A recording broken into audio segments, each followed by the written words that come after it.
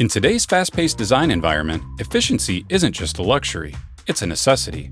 Whether you're managing large assemblies or refining intricate subsystems, selective loading in SOLIDWORKS design empowers engineers to work smarter, not harder.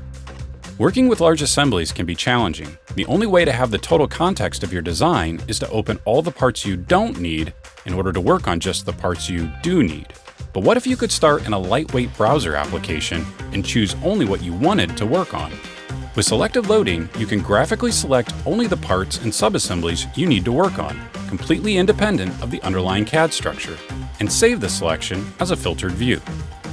In SOLIDWORKS design, instead of waiting for every component, mate, and reference to load, you can surgically open just the parts you selected and begin designing right away. This reduces open times and allows you to start designing faster with a lean and responsive workflow. It doesn't stop there. Need to isolate a specific system within your design?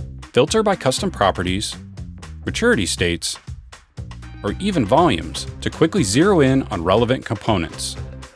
Once filtered, these selections can be assigned to a task, ensuring efficient design communication. This targeted approach eliminates the noise and lets you work with precision.